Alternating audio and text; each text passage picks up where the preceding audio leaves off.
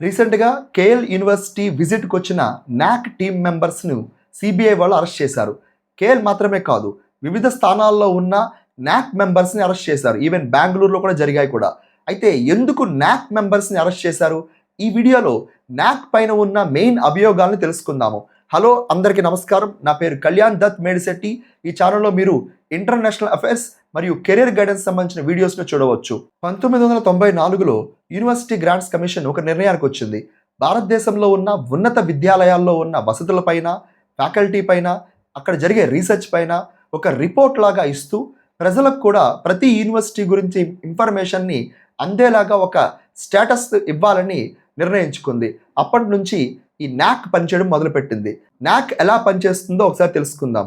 ఏదైనా ఒక education institute నాక్ స్టేటస్ కోసం ప్రయత్నిస్తే వాళ్ళు రిజిస్టర్ చేసుకోవాలి. తర్వాత వాళ్ళకి సంబంధించిన సెల్ఫ్ స్టడీ రిపోర్ట్ని సబ్మిట్ చేయాలి.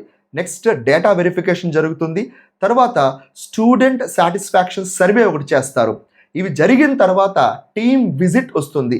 ఈ టీమ్ విజిట్లో భారతదేశంలో ఉన్న వివిధ యూనివర్సిటీకి సంబంధించిన ప్రముఖుల్ని ఇంక్లూడ్ చేసి డిఫరెంట్ ప్లేసెస్కి పంపిస్తూ ఉంటారు. ఈ నాక్ టీమ్ విజిట్ జరిగిన తర్వాత గ్రేడింగ్ అనేది ఇస్తారు. ఇందులో A++ అనేది టాప్ ఉంటుంది, D అనేది లోయెస్ట్ స్టేటస్ కింద చెప్తూ ఉంటారు. అసలు నాక్ సంబంధించి ఆ టీమ్ విజిట్ దగ్గరే ప్రాబ్లం వస్తుంది. ముఖ్యంగా బయాస్డ్గా ఉంటున్నారని, అలాగే ఎందుకు ఆ యూనివర్సిటీస్కి మంచి ర్యాంక్ ఇచ్చారనే విషయాన్ని డీటెయిల్గా ఇన్ఫార్మ్ చేయట్లేదని, ట్రాన్స్పరెన్సీ పూర్తిగా లేదు అని అక్కడ చెప్తున్నారు. తర్వాత కొన్ని ఇయర్స్ క్రితం కరప్షన్ పైన, అలాగే నాక్లో జరుగుతున్న మాల్ అడ్మినిస్ట్రేషన్ మరియు మిస్ మేనేజ్మెంట్, మాల్ ప్రాక్టీసెస్ పైన కూడా ఇప్పటికే మాజీ నాక్ మెంబర్స్ డిఫరెంట్ న్యూస్ పేపర్స్లో ఆర్టికల్స్ రాయడం జరిగింది. ఇది కాకుండా మనం గమనించవలసిన మరో ముఖ్యమైన విషయం ఏంటి అంటే ఇన్కన్సిస్టెంట్ రేటింగ్స్. కొన్ని యూనివర్సిటీస్కి మంచి ర్యాంకింగ్స్ ఇవ్వడం, కరెక్ట్గా 1 or 2 ఇయర్స్లో ఆ ర్యాంకింగ్స్ని ఇంకా డౌన్గ్రేడ్ చేయడం, లేదా కొంత తక్కువ ర్యాంక్ ఇచ్చిన ఇన్స్టిట్యూట్స్కి over the time just short స్పాన్లో మంచి ర్యాంకింగ్ ఇవ్వడం అనేది కొంతవరకు ఎలిగేషన్స్ని పెంచుకుంటూ వెళ్ళింది. కరప్షన్ జరుగుతుందని ముందు నుంచి మాట్లాడుతున్నప్పటికీ కూడా దానిపైన సాలిడ్ ఎవిడెన్స్ అనేది సిబిఐకి దొరకలేదు. ఇప్పుడు దొరికినట్టుగా మనకి సమాచారం వస్తుంది. ఏది ఏమైనప్పటికీ కూడా కొన్ని సజెషన్స్ మనం చూడవచ్చు. ముఖ్యంగా ఎలాగైతే election commission of India counting కేంద్రాల్లో ఒక ఎలక్ట్రానిక్ మానిటరింగ్ పెడుతుందో నాక్ మెంబర్స్ కూడా అలా పెట్టడం అనేది చేయాలి. అలాగే బడ్జెట్ ప్రిపేర్ చేసే సమయం నుంచి బడ్జెట్ పబ్లిష్ చేసే సమయానికి ఆఫీసర్స్ని రిస్ట్రిక్ట్ చేస్తారు. ఇంకా ఈవెన్ మానిటరీ పాలసీ కమిటీ అప్పుడు కూడా మెంబర్స్ని పూర్తిగా రిస్ట్రిక్ట్ చేస్తారు. ఈవెన్ వాళ్ళ సెల్ ఫోన్స్ కూడా వాళ్ళకి ఇవ్వరు కూడా.